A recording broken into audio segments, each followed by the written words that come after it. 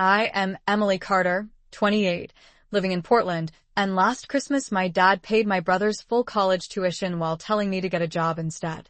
The words still sting like they were etched into the December air.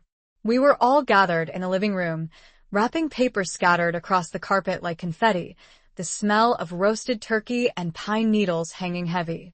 Mom was stacking dirty plates in the kitchen, humming along to Bing Crosby, while Dad leaned back in his recliner with a glass of bourbon, his cheeks flushed from the firelight. Michael, my 20-year-old brother, was grinning ear to ear as he held the crisp folder from Oregon State University. Dad clapped him on the back, boasting about paying his full $22,000 tuition bill up front. Everyone applauded. I sat on the sofa, my college acceptance letter folded so many times it was frayed around the edges, hidden inside my purse. My chest burned, but I forced a smile. Then Dad turned to me. Emily, you've had enough schooling. You should be grateful you've got steady work at the bank. Not everyone needs college. Some people just need to learn responsibility. His words cut sharper than the icy wind outside. I blinked hard, pretending the twinkling lights from the Christmas tree blurred my vision. Nobody spoke up for me. Not Mom, not Michael, not my cousins who were still sipping hot cocoa at the edge of the room.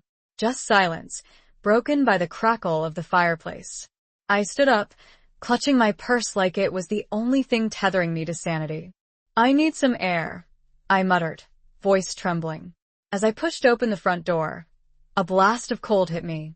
Snowflakes landed on my eyelashes, melting instantly. I walked down the porch steps into the darkness, leaving the echo of laughter and clinking glasses behind.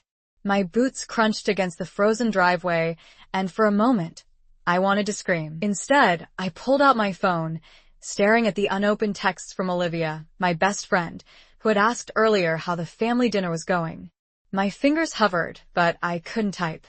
My breath formed clouds in the night air, and I whispered to myself, I don't belong here. And in that moment, standing under the heavy silence of a starless Portland sky, I knew everything had just changed. The next morning, I woke up to the buzzing of my alarm at 6:15 a.m. The sound was harsh, too bright for my pounding head. My room still smelled faintly of pine candles and leftover perfume from Christmas Eve, but there was no warmth in it. I rolled over, staring at the ceiling fan that hadn't been dusted in months, its blades barely moving. My acceptance brochures from Portland State were still stacked on the nightstand, glossy covers untouched, like promises no one cared about. I had shoved them there weeks ago when Dad first told me, we'll see about money. By 7 o'clock, I was in my old Toyota Corolla, heater groaning as it pushed lukewarm air across the cracked dashboard. My commute down I-5 felt endless. Gray skies pressed low over Portland, rain smearing across the windshield in diagonal streaks. I sipped burnt coffee from a paper cup, the Starbucks logo fading from where I gripped it too tightly. My mind kept replaying Dad's words, some people just need to learn responsibility. As if I hadn't been carrying responsibility on my back since I was 16. At the bank, the fluorescent lights hummed like an unkind reminder that my life was already set, counting bills, stapling loan forms, smiling at strangers who never looked me in the eye. I pulled my cardigan tighter against the air conditioning and adjusted my name tag. Emily Carter, teller. A coworker, Dana, breezed past with her Christmas engagement ring sparkling. Morning, she chirped, not noticing how I forced my lips upward. During my lunch break, I sat in my car with a microwaved burrito, scrolling through social media. Michael had already posted photos from last night, him holding his acceptance packet, Dad with his arm around him, the caption reading, family is everything. Blessed. I almost laughed. I had been cropped out of one picture, just a sliver of my sleeve left near the edge. It felt like erasure. That evening, when I came home, the house was filled with chatter about Michael's future. Mom was cooking lasagna, humming again, her apron smudged with tomato sauce. Dad sat at the table with bills spread out, talking loudly about the importance of investing in the right kid. I hovered near the doorway, clutching a grocery bag of ramen and canned soup I had bought for myself. Emily, Dad said without looking up, don't leave your junk food in the fridge. Michael needs space for meal prep. He's gotta eat right for college. I swallowed hard. My hands tightened around the plastic bag until it cut into my fingers. Got it, I said quietly. Nobody noticed how my voice cracked. After dinner, I went upstairs and stared at the brochures again. Portland State. Financial aid. Community college alternatives. My eyes blurred. I traced the edge of the acceptance letter still tucked inside the envelope, the paper rough under my thumb.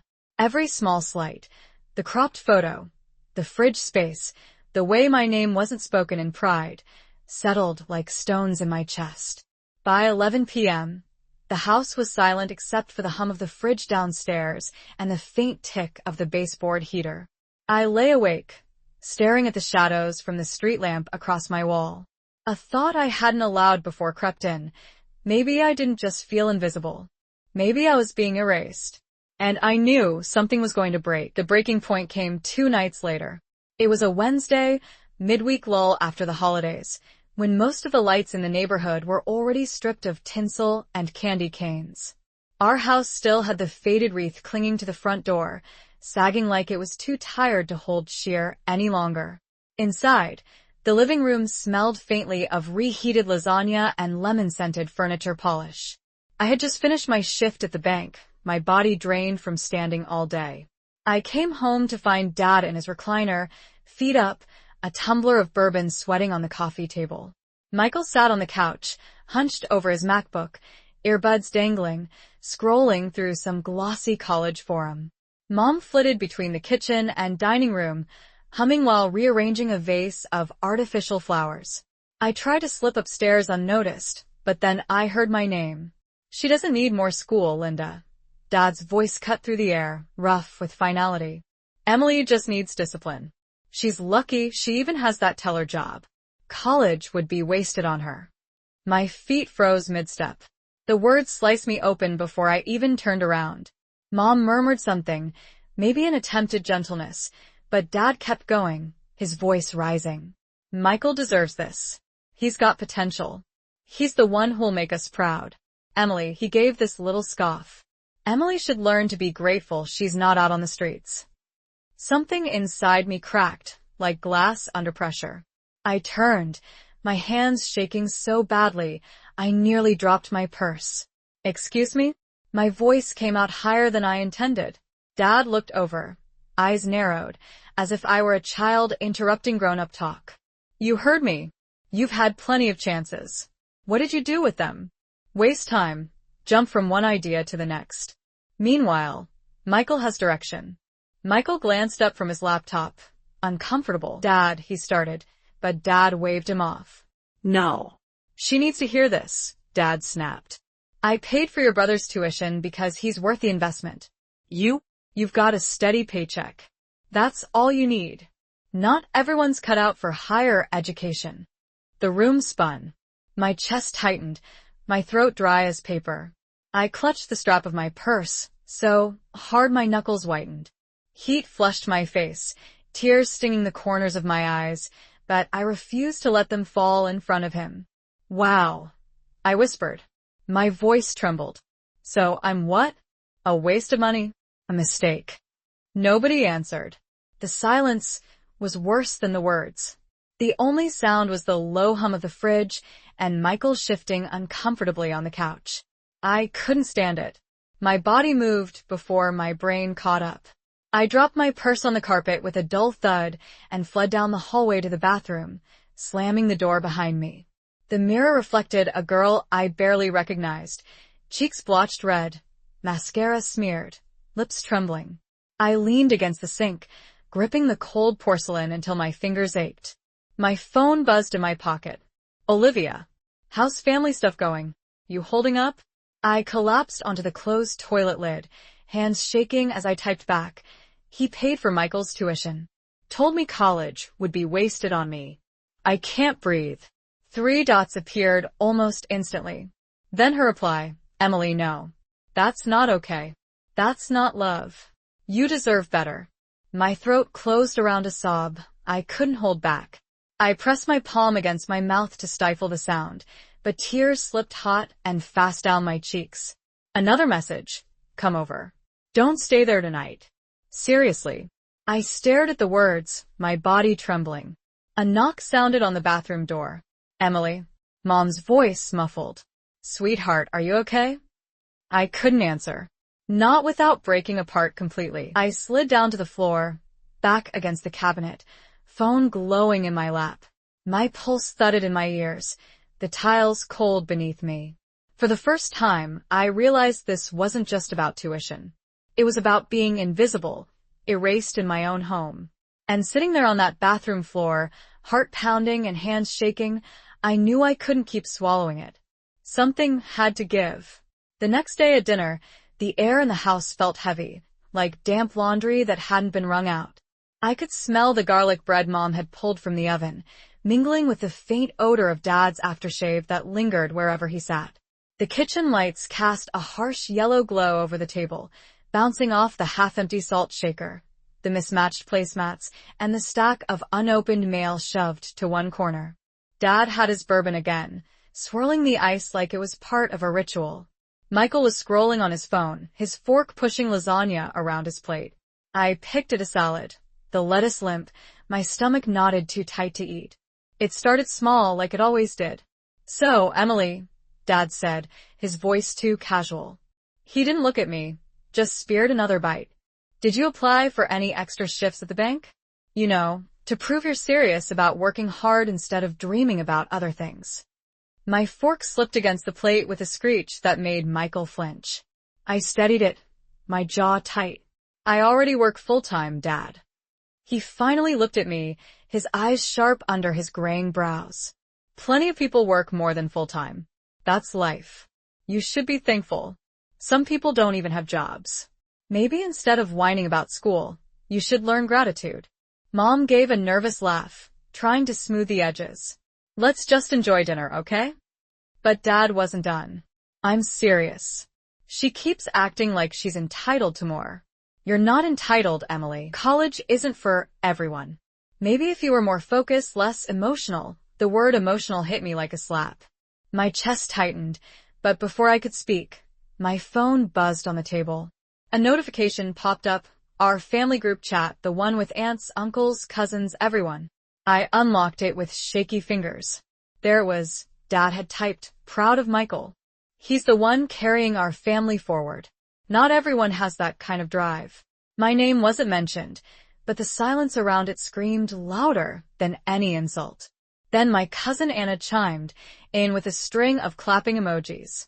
Aunt Carol wrote, exactly. Some kids just aren't cut out for school. Nothing wrong with that. My face burned. I could feel the blood rushing to my ears. Michael glanced at me, guilt flickering in his eyes, but he didn't say a word. I dropped my fork, the metal clattering against the plate. Really? You're going to humiliate me in front of the whole family now. My voice shook, but it was sharp enough to cut through the air. Dad leaned back unfazed. It's not humiliation if it's the truth. Maybe hearing it from others will make you face reality. The room went silent except for the hum of the refrigerator and the faint crackle of the oven cooling down. Mom wiped her hands on a dish towel, eyes darting between us, but she didn't intervene. I wanted to scream, to throw my plate against the wall, to make them feel even a fraction of the sting I carried every day. Instead, I pushed my chair back, the legs scraping against the tile. You don't get to define my reality, I said, my voice breaking on the last word. I grabbed my phone, heart pounding, and walked out of the kitchen before the tears spilled over. Upstairs, I shut the door to my room and slid down against it, my chest heaving. My phone buzzed again, this time a private message from Anna. Hey, sorry, I was just agreeing to keep peace. Don't take it personally. I stared at the words, my hand trembling. A bitter laugh escaped me. Don't take it personally. That was easy for her to say, when she wasn't the one being erased at her own dinner table. I tossed the phone onto my bed and pressed my palms into my eyes until I saw stars. Somewhere in the hall, I heard Dad's voice rumble, low and self-satisfied, like he had just won something. But all I could feel was the hollow ache in my chest, the kind that told me this wasn't just another argument. It was a war I hadn't chosen, but one I couldn't ignore anymore. I didn't go downstairs that night. I stayed in my room, sitting cross-legged on the carpet with my back against the bed frame, staring at the dark window where raindrops trickled in uneven streams. Portland rain had a way of making silence feel louder. My phone buzzed again, this time not from Anna, but from Olivia. Are you safe? Do you want me to come pick you up? I hesitated before typing back. I'm fine. Just tired. Dad's at it again. Seconds later, the phone rang. I almost didn't answer, but the thought of hearing a voice that wasn't laced with disappointment or disdain pulled me in. Emily, Olivia said, her voice soft but firm. Don't you dare say you're fine. What happened? I exhaled shakily, telling her everything. How Dad posted in the family group chat, how my cousins joined in, how even my mom stayed silent. My words tumbled out faster than I could catch them, and when I finished, there was only the sound of Olivia breathing through the receiver. That's not family, she finally said. That's manipulation. They're making you think you don't matter. But you do, Em. You matter more than you realize. Her words warmed me in a way that the blanket around my shoulders couldn't. Still, doubt not at me. What if she's right? What if I'm wasting my time even thinking about school? Maybe I should just accept it. No, Olivia said sharply. Don't internalize their poison. They're scared of your potential. That's all. Scared you'll prove them wrong. A lump rose in my throat. I wanted to believe her. I wanted to cling to her certainty. Later that week, another voice chimed in. My cousin Anna. She called while I was at lunch in my car, unwrapping a sad turkey sandwich from a plastic bag. Hey, Anna began, her tone syrupy. I just wanted to say I know things got heated. I'm on your side, really. But you know how your dad is, you shouldn't take it so hard. He means well. I stared at the crumbs in my lap, my appetite gone. He humiliated me in front of everyone. That's not meaning well. Anna sighed. Look, I get it. But fighting him? It's not worth it. He's stubborn. If you just play along, maybe things will calm down. Her words felt like nails on a chalkboard. So, you think I should just let him walk over me? I'm saying be smart, she said quickly. Don't make things worse for yourself. Sometimes keeping quiet is better than starting a war. Something in her tone made me uneasy, but I didn't push. We ended the call with forced politeness, but her words lingered, sticky and sour. That night, Olivia texted again. Don't trust Anna too much. She's good at telling people what they want to hear. But when push comes to shove, she protects herself first. I didn't want to believe it, but a pit formed in my stomach. Days later, my suspicion was confirmed. Mom approached me in the kitchen, wiping her hands on a dish towel. Her voice was soft, but her eyes were sharp. Emily, why are you telling Anna that your father's unfair? That you feel erased? You know she tells me everything. My blood ran cold. I remembered every word I'd spoken to Anna, how vulnerable I had let myself be. And she had carried it straight back to Mom, probably to Dad, too. I clenched the edge of the counter, nails digging into the laminate. I never said anything I wouldn't stand by, I whispered, though my heart hammered in my chest. Mom sighed, placing the towel down. Just stop making things harder. You'll only isolate yourself more. As she walked away, my vision blurred. For a moment, the kitchen felt alien. The hum of the fridge too loud, the smell of garlic bread turning my stomach, the fluorescent light too harsh on my eyes. Olivia was right. Anna wasn't really my ally.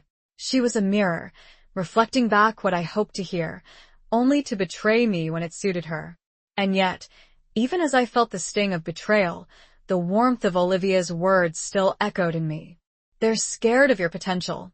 Scared you'll prove them wrong. I pressed my palm against my chest, feeling the rapid beat of my heart. For the first time, the idea of fighting back didn't feel impossible. It felt inevitable. The house was quiet on Sunday morning, that uneasy hush that only happens when everyone's sleeping in but the walls still hold last night's arguments. I padded barefoot into the kitchen, the tiles cold against my feet. The air smelled faintly of old coffee and lemon dish soap. Dad's bourbon glass from the night before still sat abandoned on the counter, a sticky ring beneath it. I pulled open a cabinet, looking for cereal, when something slipped. A stack of old cookbooks tumbled forward, grease-stained covers, frayed spines. As I bent to gather them, I noticed a small yellowed envelope wedged behind Better Homes and Gardens. My name was written on it in neat cursive, Emily. My breath caught. The handwriting was familiar.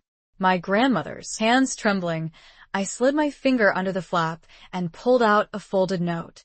The paper smelled faintly of lavender, like the sachets she used to tuck into her dresser drawers. My eyes blurred as I read. Emily, my smart, stubborn girl. Never let anyone tell you that you are less. Education is a light, and I know you'll chase it. If others can't see your worth, it's because they're blind, not because you're dim. Be bold. Be you. Love, Grandma Ruth. I sank onto the kitchen floor, the linoleum cold under my legs, tears slipping down my cheeks. Grandma Ruth had passed 3 years ago, but her voice came alive through the ink. She had always believed in me, bringing me books when I was little, telling me I had a mind too sharp to waste. For the first time in weeks, maybe months, warmth bloomed in my chest. Later that afternoon, I tucked the envelope into my purse, right next to my college acceptance letter. The two together felt like anchors, proof that my dreams weren't foolish. They were real. At work the next day, while counting bills under the relentless hum of the fluorescent lights, I caught myself smiling. Dana raised an eyebrow. What's with you? Nothing, I said, sliding a stack of 20s into the drawer. But in my mind, I repeated Grandma Ruth's words. Education is a light. That night, after dinner, I spread my brochures across my bed.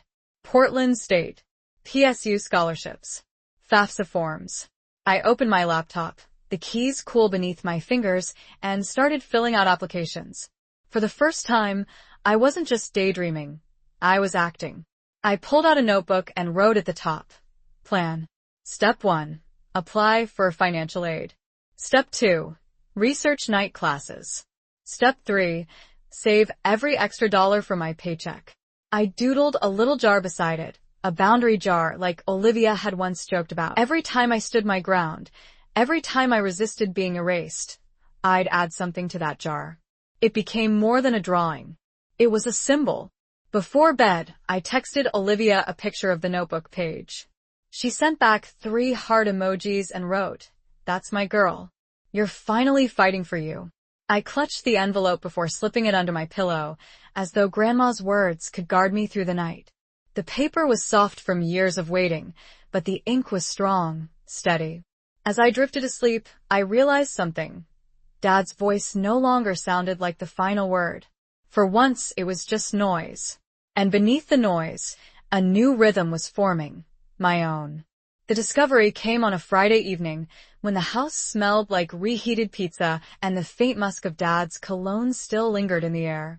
I had just come back from work, shoulders aching, when Uncle James called.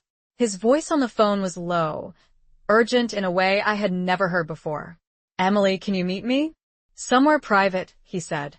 My heart stuttered. "Is everything okay?" "No," he admitted. "But it's time you know the truth. Starbucks on Burnside in an hour." The line went dead before I could ask more. The Starbucks was crowded, the hiss of the espresso machine cutting through the chatter of college students and office workers. The smell of roasted beans clung to my coat as I slid into the corner booth. Uncle James sat across from me, his jacket wrinkled, his eyes tired but sharp. He pushed a manila envelope toward me across the table. "I shouldn't even have this," he muttered. "But I can't watch him tear you down anymore." My hands shook as I opened the envelope. Inside were photocopies of bank statements. My eyes scanned the numbers, confusion giving way to shock. Dad had pulled money, thousands of dollars, from the inheritance account Grandma Ruth had set up for both Michael and me. But instead of splitting it, he had drained almost all of it to pay Michael's tuition. My name wasn't even listed in the disbursements. The room tilted. My stomach lurched. Uncle James leaned in, his voice low. "That money was supposed to give you both a start. Your father decided you didn't need it. Said it would be wasted on you." My throat tightened, words choking before they left. "So he stole from me." James nodded grimly. "He'll never call it stealing. He'll call it providing for the future." But make no mistake, Emily, it was yours, too. And he took it. I pressed my palms against the papers, as if grounding myself against the truth. The cafe noise faded, replaced by the roaring in my ears. Why are you telling me this now? I whispered. Because you're stronger than he thinks. And because your grandmother would have wanted you to know, he said. His eyes softened.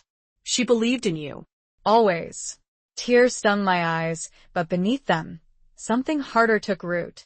Anger, sharp and clean. When I got home that night, I went straight to my room and pulled out Grandma's letter. I read her words again, the ink almost glowing in the lamplight. Be bold. Be you. I clutched the letter in one hand, the bank statements in the other. My reflection in the mirror startled me. I didn't look small anymore. I looked furious. Alive. I whispered it out loud, testing the sound. Not this time. I won't stay quiet this time. The vow settled in me, heavy but certain, like a key clicking into place. For years, I had swallowed slights, convinced myself I could endure. But this was different. This was theft. This was betrayal of my grandmother's wishes. I folded the papers carefully, slid them into my notebook labeled plan, and drew a new word at the top of the page. Justice. That night, lying in the dark with the hum of the heater filling the silence, I made myself a promise. I would not let Dad erase me. I would not let him steal what was mine and call it love. The war wasn't coming. It had already begun. The first thing I did the next morning was buy a cheap 3-ring binder from the Walgreens near my office. It smelled faintly of plastic and cardboard when I pulled it out of the bag. On the cover, I slid in a piece of printer paper where I had written one word in thick black Sharpie. Truth. That binder became my armor. At work, between counting stacks of 20s and smiling through small talk with customers, I started documenting. Every time Dad sent a message to the family chat downplaying me, I took screenshots. Every tuition receipt Michael left lying on the counter, I snapped a photo with my phone. When I got home, I printed them on the clunky HP printer in the office corner of the bank, slipping each sheet into a clear plastic sleeve. The binder grew thicker each day, its weight satisfying in my backpack. By Thursday, I had a timeline drafted. I sat at my kitchen desk late into the night, highlighter caps scattered, the smell of burnt coffee from my 5th reheated mug filling the air. January 2019, Inheritance Fund opened. July 2022, withdrawals began. December 2023, account drained. Each line I drew connected one betrayal to the next until the pattern screamed on paper. Mom knocked once. Opened my door halfway. You're still up? You should rest, Emily. I covered the binder with my arm instinctively. I'm fine. She gave me a tired smile, but her eyes flicked toward the binder, suspicious. Don't waste your energy fighting shadows. Then she closed the door softly. But I wasn't fighting shadows. I was fighting theft. The following weekend, I had an appointment with the financial aid officer at Portland State University. The office smelled like fresh toner and vanilla air freshener, the fluorescent lights buzzing faintly. The officer, a woman in her 50s with warm eyes, flipped through my acceptance letter and nodded. You've got options, she said, circling scholarships on a pamphlet. Especially since you're considered financially independent. And with proof of misused inheritance, you might qualify for additional aid. I left the office clutching the papers, my pulse thrumming with something I hadn't felt in years, hope wrapped in determination. At home, I spread everything across my bed. Grandma's letter, Uncle James's photocopies, scholarship forms, screenshots, receipts. The quilt beneath looked like a battlefield map, every piece a weapon. That evening, Dad noticed me at the kitchen table with papers fanned out. He narrowed his eyes. What's all this? I kept my voice even. School applications. Financial aid. Planning. He barked a laugh. Planning for disappointment, maybe. Don't waste your time. But his eyes lingered on the papers longer than his words suggested. There was a flicker of something I hadn't seen before, wariness. And that flicker lit a fire in me. For the first time, I wasn't shrinking under his words. I was watching him shift, uncomfortable in his chair. That night, I slid the binder into my backpack, zipped it up, and whispered to myself, "This is how I fight." The house was quiet except for the faint hum of the fridge. I could almost hear Grandma Ruth's voice in the silence, steady and sure. And in the dark, I knew I was no longer just surviving. I was preparing for war. It happened late one night, long after Mom had gone to bed, and Michael had disappeared into his room with his headphones blasting faint trap beats through the wall. The house smelled faintly of reheated pizza and the lemon-scented cleaner Mom had used on the counters. The hum of the refrigerator was the only steady sound, broken now and then by the creak of the old heating system. I came down for a glass of water, binder strapped tight in my backpack. I had been working on my plan upstairs, eyes burning from staring at highlighted notes. When I stepped into the kitchen, I froze. Dad was already there, sitting at the table in his worn recliner-style chair, bourbon glass in hand, ice clinking against the sides. "Couldn't sleep?" he asked, his voice casual, almost too casual. I shook my head, pulling a glass from the cupboard. The faucet hissed as I filled it. I could feel his eyes on me, sharp and unrelenting. "You've been busy," he said finally, swirling the bourbon. "All those papers, all that scribbling. You think I don't notice?" I turned, glass trembling slightly in my hand. "It's my future. You don't need to notice." He smirked, the kind of smirk that always made me feel 12 again, small and stupid. "Your future? Emily, your future is sitting right here. A steady job, a roof over your head. Be grateful." My throat tightened. I set the glass on the counter with a dull thud. "You took my inheritance. Money Grandma left for both of us. You decided I didn't deserve it. And you're calling that gratitude?" His smirk vanished. The room seemed to shrink. "Where did you hear that?" His tone sharpened. "Uncle James," I said, my voice steadier than I expected. "And I have proof. Bank statements. Receipts. You can't gaslight me out of this one." For the first time, Dad's face faltered. He leaned forward, glass clinking against the table as he set it down. "You think waving some papers around changes reality? I did what was best for this family. Michael has potential. He paused, eyes narrowing. You get too emotional. You'd squander it." The word hit me again, but this time it didn't knock me down. My chest burned, but with fire, not shame. No. "You didn't think I'd squander it. You thought I'd outgrow you. That I'd prove you wrong, and you couldn't stand it." Silence fell heavy. The hum of the fridge filled the gap, and I swear I could hear my own heartbeat echoing against the kitchen tiles. Dad leaned back, crossing his arms. "You've got some nerve, talking to me like this in my house." "It stopped feeling like my house a long time ago." I shot back. My voice cracked but didn't break. His jaw worked, like he was chewing on words he couldn't swallow. "You're ungrateful. Everything I've done, everything you've done has been for Michael." I cut in, my hand slamming against the table without meaning to. The sound startled even me, but I kept going. "And I'm done being erased. You don't get to decide if I'm worthy anymore. That's mine, not yours." For a long moment, we just stared at each other. His eyes, usually so certain, flickered. I saw it, doubt, maybe even fear. I gathered my binder from the chair, the plastic cover cool against my palm. "This is everything," I said quietly. "Every receipt, every message. You can't bury me anymore." His face reddened, but he didn't speak. I turned, my footsteps echoing against the tile as I walked upstairs. At the top, I paused, heart hammering, listening to the silence below. The war wasn't just preparation anymore. It had begun, and he knew it. And for the first time, I wasn't the one afraid. I didn't expect the truth to come from Michael.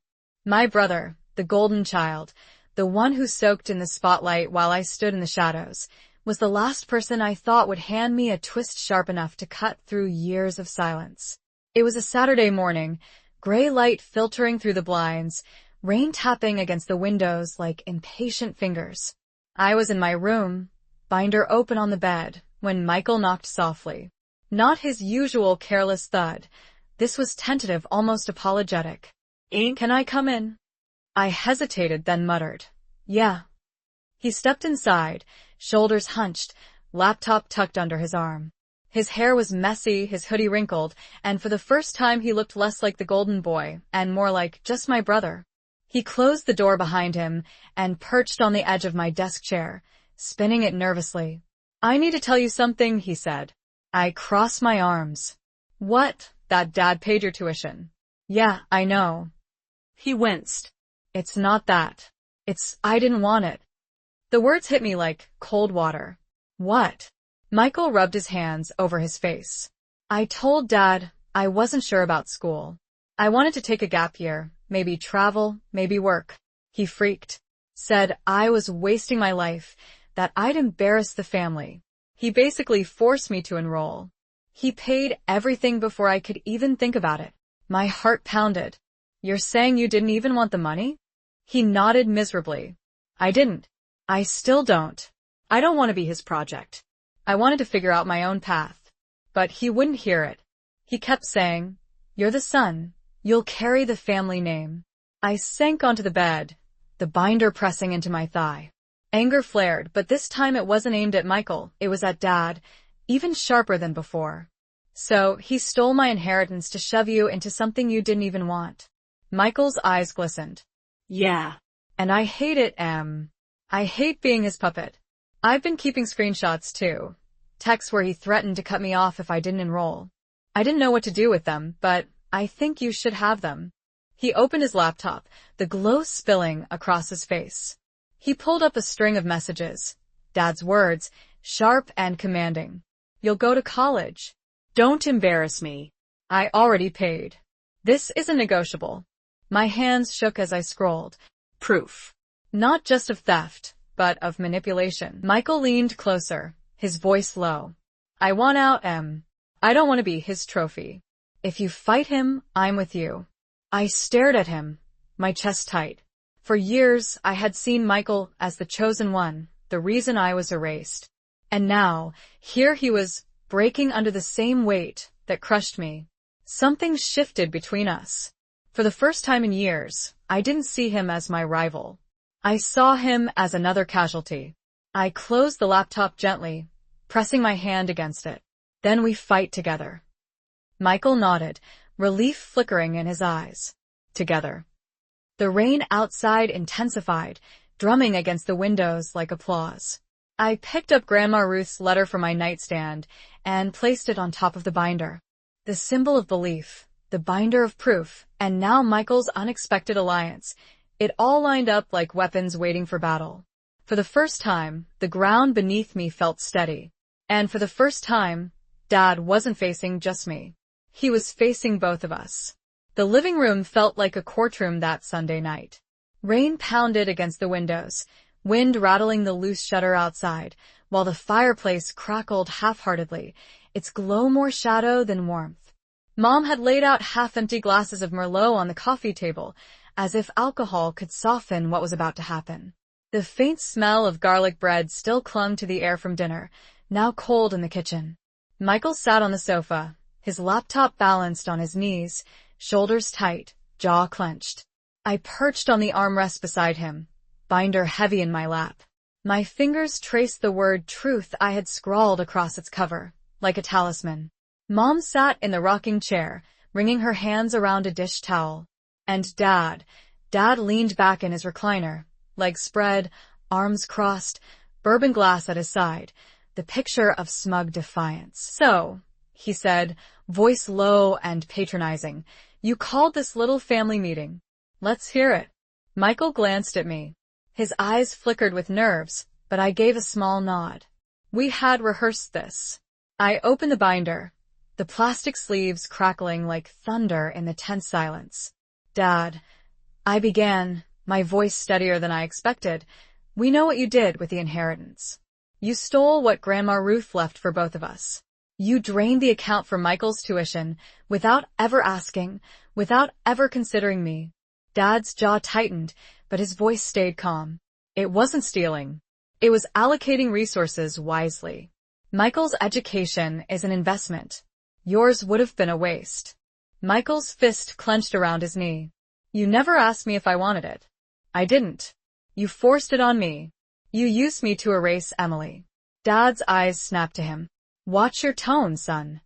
Michael's voice cracked, but he didn't back down. No. I'm done watching my tone. I have proof, Dad.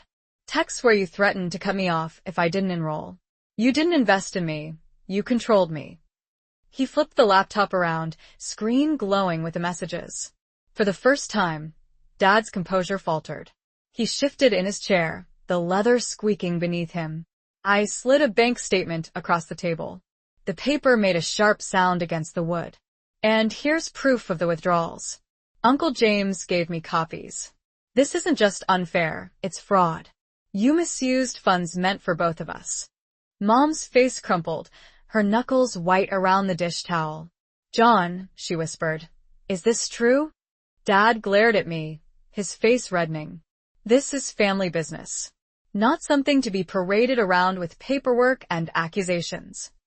It stopped being family business when you decided my future didn't matter, I said, my voice rising. My hand pressed against Grandma's letter in the binder, grounding me. So, here's the ultimatum. Either you make it right, acknowledge what you did, repay what you stole, or I take this binder to someone who will listen. A lawyer, financial aid, even the rest of the family. The room went silent. Only the rain and the low hum of the fridge in the kitchen filled the space. Dad slammed his glass on the table, liquid sloshing. You wouldn't dare. I leaned forward, heart pounding so hard I thought it might burst. Try me. Michael closed the laptop with a decisive snap. We're done being your pawns, Dad. This ends now. Mom's eyes darted between us, tears glistening. Please, please, can we not destroy this family? I swallowed hard, forcing my voice to steady. The family was already destroyed, Mom. He just doesn't want to admit it. The fire popped loudly, sending sparks up the chimney, like punctuation to the silence that followed. Dad's face was pale under the glow of the firelight. For the first time, he didn't look untouchable. He looked cornered, and I knew the climax was coming. The notary office smelled faintly of paper, toner, and lemon polish, the kind of sterile scent that clung to government buildings and places where truth couldn't hide behind charm. Fluorescent lights buzzed overhead, casting a harsh glow on the oak table where we sat. The walls were bare except for a clock ticking too loudly, each second a reminder that something irreversible was about to happen. I sat with my binder open in front of me, the word truth glaring up in thick black Sharpie. Beside me, Michael hunched over his laptop, his leg bouncing nervously under the table. Mom sat a little further away, clutching her purse in her lap like it was the only thing keeping her from falling apart. Dad sat across from me, arms crossed, jaw tight, his bourbon-red face replaced with a mask of cold fury.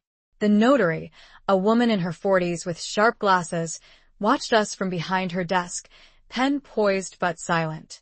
I placed Grandma Ruth's letter gently on the table. The envelope was worn, the paper soft from years of waiting, but the ink glowed steady under the fluorescent light. This, I said, my voice trembling at first but growing stronger, is what she left for me. Words that told me I was worthy. And the money she left was supposed to make sure I had a chance. I slid the bank statements beside it. You stole that chance. Dad scoffed, leaning forward, the leather of his jacket creaking. I didn't steal. I invested wisely. Michael's education benefits the family. You would have wasted it. Michael's voice cracked through the air before I could respond. I told you I didn't want it. I begged you to let me take time to figure out my path. You shoved me into school because you wanted control, not because you believed in me. He flipped his laptop around, the glow of the texts illuminating Dad's face. Here. Proof you forced me. The notary adjusted her glasses, leaning forward slightly. Dad's jaw worked, but no words came. I took a deep breath, my fingers brushing the edges of Grandma's letter. You can spin it however you want at home, Dad. You can gaslight. You can mock me. You can make me feel small. But here, with evidence, with signatures, with a legal witness, you can't erase me. The clock ticked loudly. Dad's hand twitched on the table. You'd really drag this family's name through the mud? For a few dollars? It's not about money, I said sharply. my voice cutting through the room like glass. It's about dignity. It's about the fact that you erased me from my own grandmother's legacy. That you made me invisible in my own home. And I'm done letting you. The notary tapped her pen. Mr. Carter, she said flatly, if these documents are accurate, then your daughter has a legitimate claim. I suggest you take this seriously. Dad's face reddened. He opened his mouth, then closed it again. For once, he didn't have a retort ready. Mom sniffled, her voice trembling. John, please. Just admit it. Stop this before you lose both of them. Michael slid his chair closer to me, his shoulder brushing mine. His voice was steady, resolute. We're not backing down, Dad. Not anymore. I lifted Grandma's letter and placed it squarely in the center of the table, the binder and laptop framing it like shields. This is her voice, the one you tried to silence. But it's louder than you, louder than your lies. And it's not going away. The room felt heavy, the air thick with tension. Dad's hands curled into fists, but his eyes betrayed something new, fear. He was losing the narrative and he knew it. For the first time, I didn't feel like the forgotten child or the scapegoat. I felt like the one holding the gavel, the one deciding what came next. The notary cleared her throat. Shall we proceed with drafting a formal statement? My heart pounded, but I nodded. Yes. We proceed. Dad leaned back, defeated silence settling around him.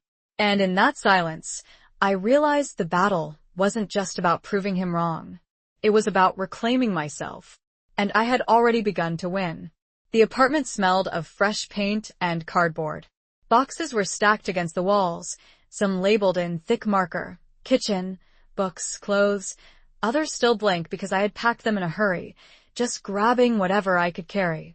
The carpet was stiff and new, scratching faintly under my socks as I dragged the last box inside. I closed the door behind me and leaned against it, chest rising and falling, listening to the hollow echo of the space.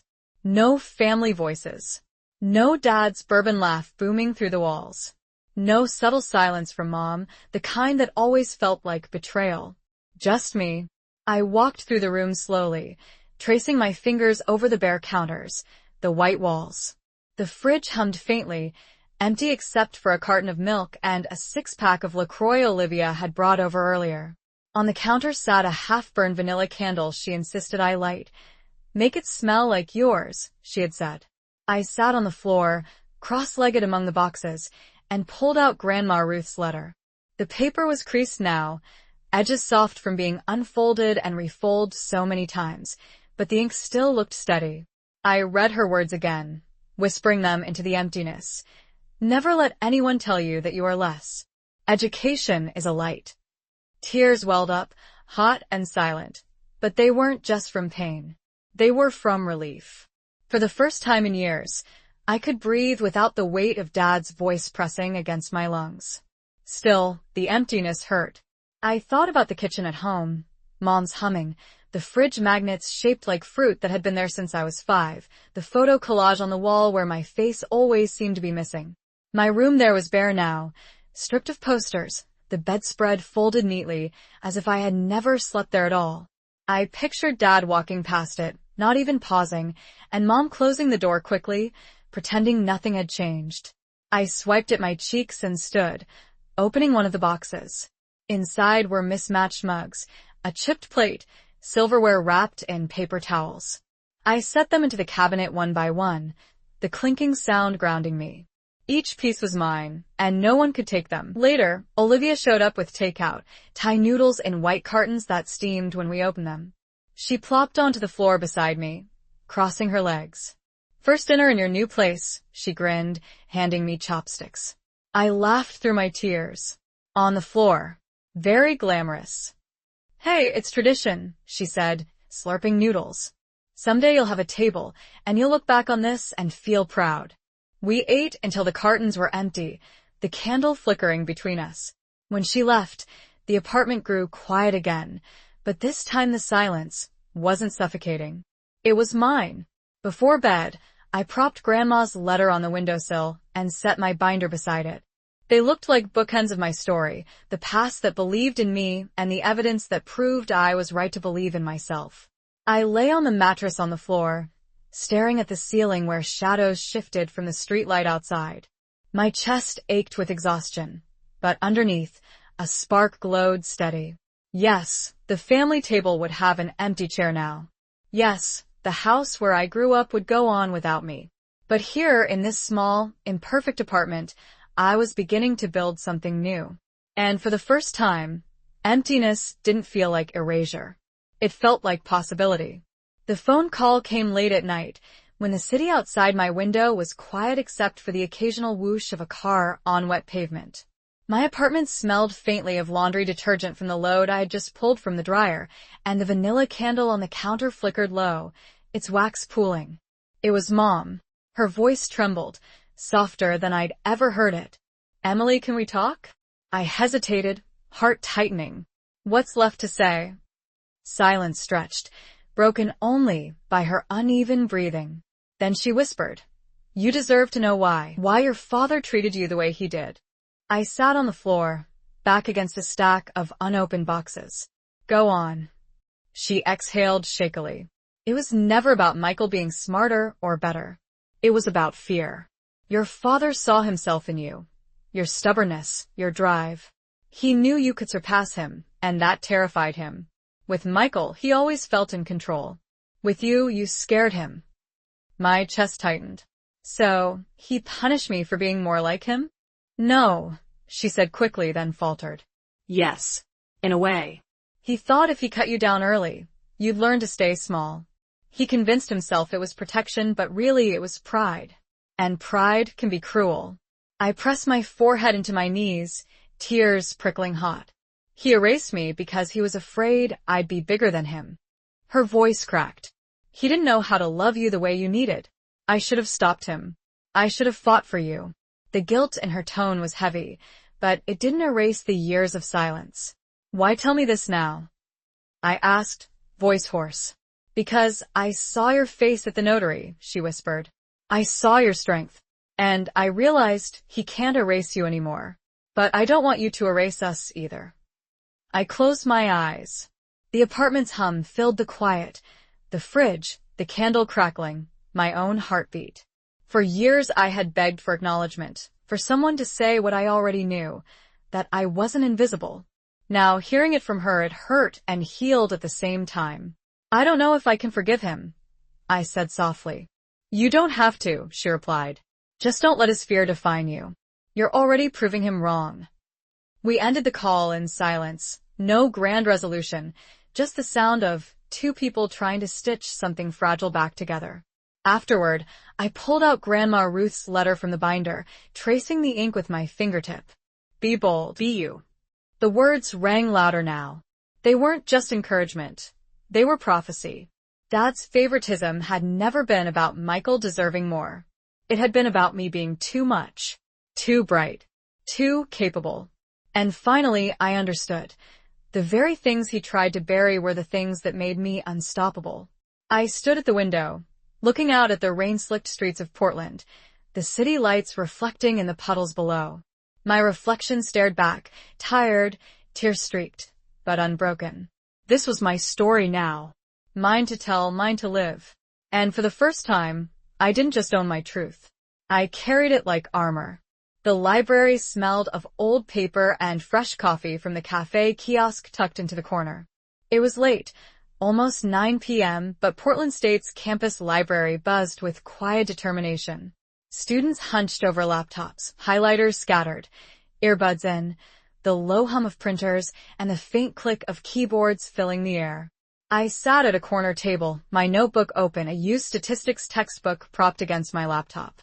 My fingers curled around a to-go cup of black coffee, the cardboard sleeve warm against my skin.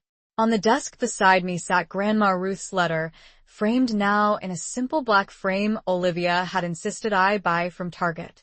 The glass reflected the fluorescent lights above, but the words inside were clear. Education is a light. Every night, I said it there before I studied. A reminder. A promise. Life wasn't easy. My apartment was still bare, an air mattress on the floor, thrift store dishes, the hum of a fridge that sometimes rattled. Rent took half my paycheck from the bank, and tuition nibbled at the rest. I lived on ramen and black beans more often than I cared to admit. But it was mine. Every exhausted breath, every scribbled note, every dollar stretched to the breaking point. It was mine. One Saturday morning, Michael came over carrying a box of donuts. He looked freer than I'd ever seen him, wearing a beat-up denim jacket, his backpack slung over one shoulder. "I dropped out," he said without preamble, setting the box on my counter. "Dad doesn't control me anymore." I blinked at him, then laughed, half disbelief, half joy. "What are you going to do?" "Travel," he grinned, biting into a jelly donut. "Finally. And maybe figure myself out." His eyes softened. "Thanks for showing me I could stand up to him." It struck me then. Dad's control had shattered, not just for me, but for Michael too. That night, I walked to the waterfront, the Willamette River shimmering under streetlights, the air cold enough to sting my cheeks. I pulled Grandma's letter from my coat pocket, the frame too heavy to carry, but the words etched into me. I whispered them into the wind. Be bold. Be you. For years, I had thought family meant staying quiet, swallowing pain, accepting less. But I had learned something truer. Family wasn't who erased you. Family was who stood beside you, even if it meant rebuilding from the rubble. Back in my apartment, I set the framed letter on the desk where I studied each night. Beside it, I placed a small jar I had labeled in marker, boundaries. Every time I stood my ground, saying no to extra shifts I didn't want, correcting someone who tried to talk over me, choosing myself, I dropped a coin inside. The jar was almost half full already. As I climbed into bed, the city lights casting faint patterns across the ceiling, I felt something I hadn't in years. Not just relief. Not just freedom. Peace. Dad might never apologize. Mom might never undo her silence. But I had reclaimed my voice, my dignity, my future. The letter wasn't just paper anymore. It was a compass. And every time I looked at it, I remembered. Self-worth isn't something handed down. It's something you claim. And I had finally claimed mine.